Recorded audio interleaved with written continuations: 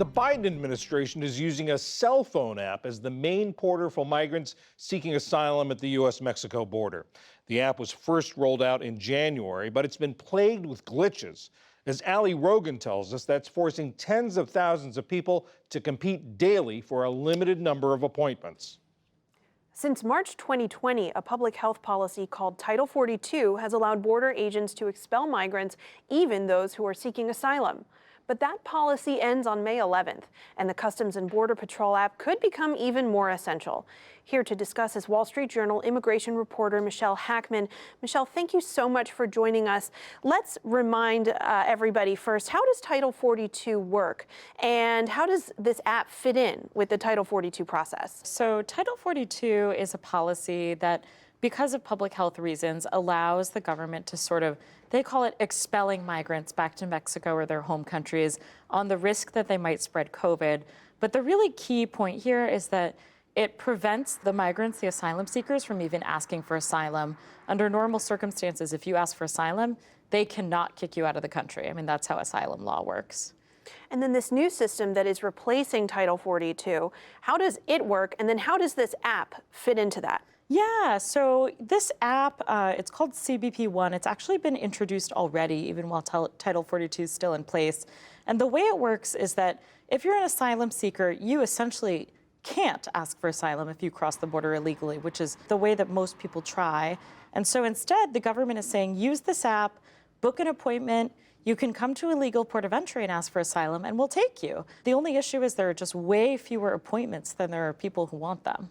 And let's talk about what problem exactly this app is trying to fix. The Biden administration, is taking, I would say, a slightly different approach from the Trump administration, where, like the Trump administration, they're saying, we really don't want you to cross illegally. It's unsafe for everyone involved. It creates chaos. It doesn't allow us to screen who's entering our country. But unlike Trump, they're saying to try to convince people to not come illegally, you have to give them another option. So this is that other option at ports of entry. And there are a couple other things that the Biden administration is trying. They've opened up some additional legal pathways. Can you talk about those? So they're trying this totally new idea that is sort of a novel legal theory where they're saying, even if you don't qualify for a visa and you're from a certain set of countries where you're fleeing from authoritarianism, say, Venezuela or Cuba, you can apply to come to the U.S. As long as you have a sponsor who will take you. We'll let you fly here legally to the city of your choice. Let's say you want to go to Chicago, and we'll give you a legal permit to be here for 2 years and work. So it's sort of an incentive because it's a way better situation than crossing the border and immediately being put in immigration court. You were recently at the border where people are using this app to apply for these appointments. How is it working? What are some of the problems that folks are facing? And also, what is life like for people on that side of the border? It's interesting. We haven't actually tried using a mobile app to do border management before. And like any other app that you download on your phone, it's not perfect. People every day in the morning, they log on to try to get an appointment. There are new appointments made available every day, let's say at about 9 a.m. But there's so many people trying at the same time that the app stalls, it goes gray or it gives you a 504 error. Sometimes, this is a big issue that the government's been trying to solve. There are a lot of migrants, let's say from Haiti, who have darker facial complexions, and you have to take a picture to prove it's you before you get your appointment. And it struggles. I mean, with those darker complexions, it sometimes doesn't recognize people's faces. And what it's doing is it's sort of creating this tense sort of atmosphere where people don't know if they're going to get an appointment, when they're going to get an appointment, how long they're going to be in Mexico. Mexico can be really dangerous, and so it's leading people to sort of stay put and I think get increasingly desperate.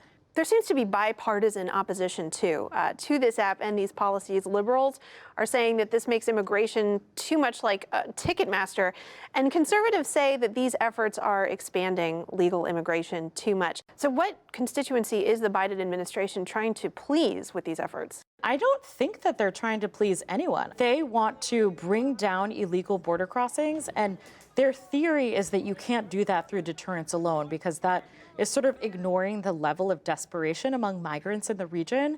And desperation always, we have seen in the past, sort of overcomes however much deterrence you're trying to put in someone's way. And so they're trying to see if we are successful with this model where people come legally and you don't have those images on TV of like thousands of people streaming across the border, that they might actually change some of the politics around immigration. Lastly, Michelle, Title 42 is ending, but it seems with this new policy that we're certainly not going back to the way asylum was treated before the pandemic. So does this indicate that there is just a fundamental shift happening in how the United States views asylum? Yeah, I think so. I think forever, Republicans in particular, their frustration has been that the asylum system works in such a way where if you walk across the border, even if you're a foot across the border, you're in U.S. territory and you can ask for asylum. And so many people do that it now takes years for us to get through those cases. And in the meantime, people become settled into American society.